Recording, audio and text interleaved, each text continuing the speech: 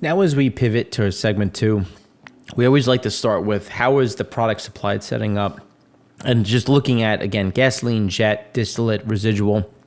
How are things positioned at this point? And here you can see that on a week over week basis, we're actually tracking quite closely to where 2021 was.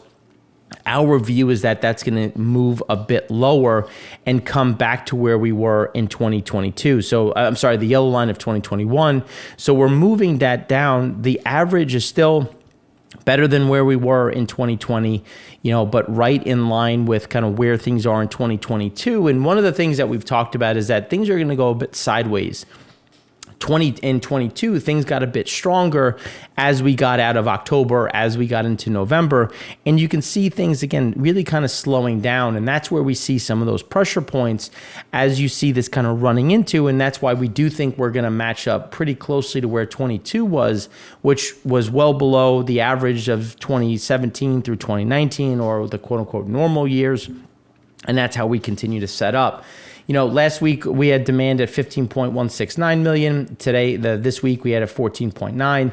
So again, that bleed down, but we just think that it continues onto the downward side as we have more trucking pressure, more slowdowns in some of that underlying demand, because we do still think that the EIA is overestimating some of that driving data. As there was that delayed purchasing, waiting for prices to come down, and then again that switch over from summer grade to winter grade. Distillate stocks had a draw of 1.69 million, not what we wanted to see right now, given some of the backdrops that we have. The drop puts us 16.6 million below the 5-year. Pad 1 did have a build of 960,000. That was driven based on some of that slowdown in demand, and then an increase in imports. Imports were up 38,000 barrels a day. So realistically, everything else is a bit more normal. Pad 3 had a draw of 1.17 million.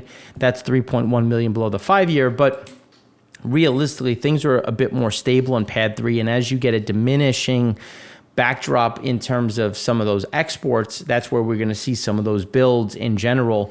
And again, just keep things normal. But then the question is going to be getting it from Pad 3 into Pad 1. So getting it from the Gulf of Mexico to the East Coast, which we have those natural and unnatural restrictions. So here, when we look at diesel, we do think there's a bit more downside to the diesel crack. It does have a lot of support at about 37. So we don't think it's going to weaken too much, but obviously crude prices are going to be a driver in that. Gasoline is going to be the overhang. If the diesel crack comes too low, the gasoline crack isn't carrying anything. So again, that's where it's going to be important, because this is going to be where refiners make their money. And if it comes down too much, you're going to have economic run cuts. We do not see that happening in the U.S. We do see that as a potential in Asia, and we'll talk about that in segment 3. So then when we start looking to Pad 1, small bounce, but you can see we are not in good company. We're right around where we were in 2022, which is a problem. And again, it's going to come down to, what does winter look like? If we have a warm winter, we could maybe avoid some of the problems. But if we have a normal winter, and now that we have, because back in 22, you still had the availability of Russian product. There were some imports. Now that is now gone. The pressure continues to rise, and that's why we do see pressure in the distillate market. When you look at fuel inventories, you can see that we're clustered right around. Obviously, there's those extremes, with the biggest one obviously being 2022. But when you look at it, we're in a fairly normal spot, and typically you have draws, but our point is that the draws are going to be a bit shallower than normal in Pad 3, because we do see some pressure on those exports. Given where prices are, given where shipping is, that arbitrage is still open, but not to the degree it was prior. So again, that's going to put some of those pressure points in general. So then when you look at distillate product supplied, it's coming down. We do see that coming below the 5-year average. It stopped a bit higher. There's still a lot of some of that demand when you look at farming, when you look at some of the trucking, because there was that delay. Guys waited for prices to come down. They loaded up. So now that they've gotten their fill and prices have gone back up, we'll likely see this continue down to the downside and fall below the 5-year average. And obviously, when you look at trucking data, it's supporting what we're saying. You're seeing that slowdown. As you look at freight waves or stuff that comes out from Craig, he's showing that there's still that overarching theme of those slowdowns, which we don't see changing. And we actually see them expanding at this point, as we are now below 2019 on a lot of levels, which is not a good place to be when you compare that 2019 was really pointing towards a bigger slowdown on an economic footprint. Now, when we turn to rail traffic, carloads were up 1.5%. You had a slowdown in grain and forest products, but you did have an increase in metals, motor vehicle parts. The bigger thing is when you look at intermodal, it's still a bit higher. There's the commentary that the UAW and Ford are going to come to some sort of solution. That should help keep those motor vehicle parts moving. There still is a bit of a backlog that has gotten. Again, it all depends on the car company. Some now are oversupplied. Some are still kind of balanced. But we do see the rail taking more intermodal. There is no impetus to rush things to market. There's more than enough inventory in the market on a broad basis, not just cars is what I'm talking about now. So again, it's just, if I can, I'm going to put things on rail. It's cheaper on a per product, on a per unit basis. So again, that's going to pull more off of the road, put it onto rail, and put some additional pressure to the downside on those flows. And then, as we've talked about in the Econ show, we've talked on this show, global trade is down and it's going to continue to fall. Here's where you look at where things are in comparison to last year. A lot of pressure to the downside. And remember, last year you had a lot of weakness coming into this point. So here again, we continue to see those pressures to the downside. That's again going to put that just showing that there's really no impetus to drive more. We don't see anything where it's like, oh wow, look at that big surge of shipments that's going to require trucking. We're just not seeing that, which is again going to pull down some of that underlying demand. Here's the outlook. You can see it gets quite cold in the north. It reaches from Texas all the way across. For the Mississippi, if you want to say, from the Mississippi east, you had a bit of warmth as we get into the very end of October. But then when you get into the beginning of November, things get much colder. So this is going to be a nice little, a good little bump for heating oil, from propane, for natural gas, and how things are setting up. It looks like it's going to be a bit colder in November so far. So again, a nice little benefit. Now, as we turn to gasoline, here you can see gasoline storage had a small increase of 160,000 barrels. That now takes us 2.4 million over the 5-year.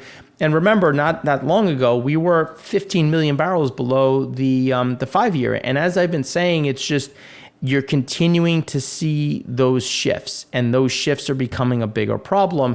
So when you look at the 5-year average, the 5-year average has come down, has gone above to 2.4.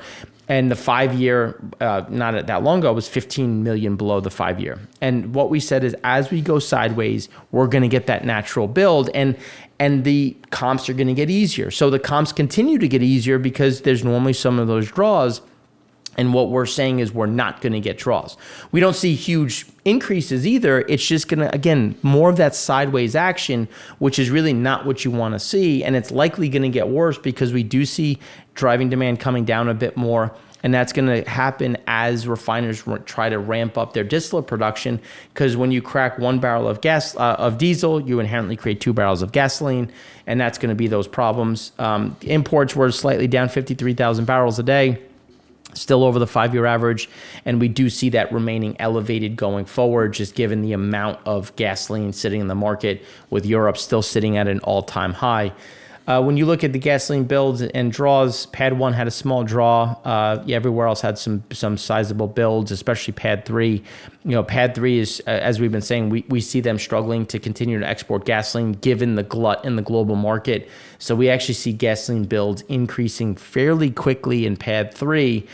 Blending components were down 1.32%, but again, there has to be some of that balancing because blending components was up 5. They're still 5.2%, 5.2 million over the 5-year. So again, we do see that draw just kind of balancing out where things are. Some of those delays that we've seen to date. This is just looking at the crack spread. You can see it rolling over. Again, the gasoline crack is well below where it was in 2022. We just see it kind of holding at this, let's call it 5 to 9 is going to be that crack spread, which is not a good position, which is why refiners are going to rely so heavily on the diesel's front.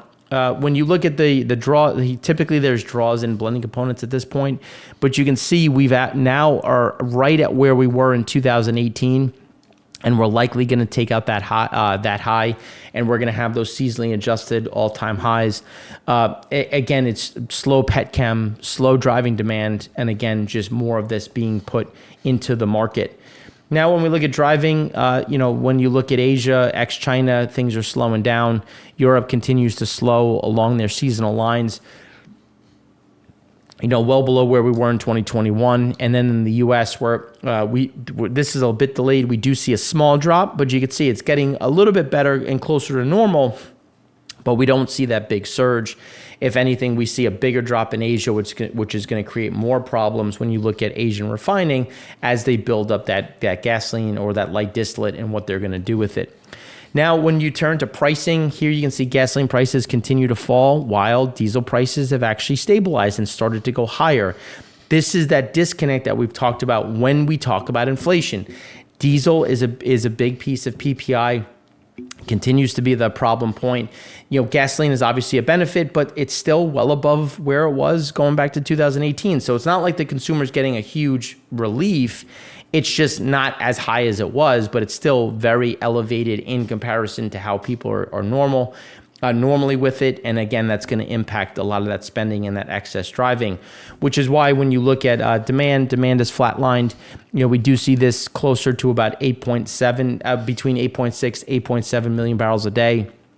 So we do see that kind of dropping closer to that 2022 level, well below the average that we've seen in over the last 5 years, and just kind of gives you an idea of why we see these pressure points going forward. And as that bleeds down, again, that's going to put more pressure on demand. Propane had a build of 110,000 barrels.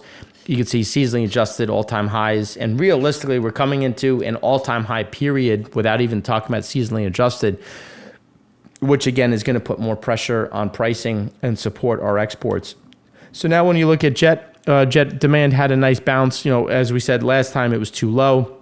Now it's a bit too high. Again, that balancing point. Jet stocks had a draw of 1.29 million. But it's still 2 million above the 5-year. Again, that balancing act that we continue to see playing out. And then when we look at 12 weeks ahead, when we look at the 12-week ahead, things are fairly stable. Western Europe slows down a bit. You have some slowdowns in Africa. So net, it's slightly down, but you can see that things have fairly stabilized. The bigger issue, as we've talked about, those wonderful delays and canceled flights continues to, again, people assume one thing and then it comes in a bit lower. And a lot of that is because of the issues that remain at the airport level. TSA, as we've been saying, remember 2019, things started to get a lot softer into year end.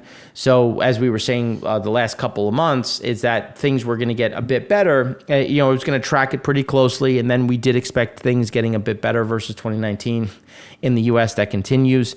And now in the European region, we expect it to move closer to 2019 just because the rate of change is going to be a bit softer. It's still going to be down, but it normally drops this time of year, so it's not a huge issue. And it's going to be very close to where we were in 2019.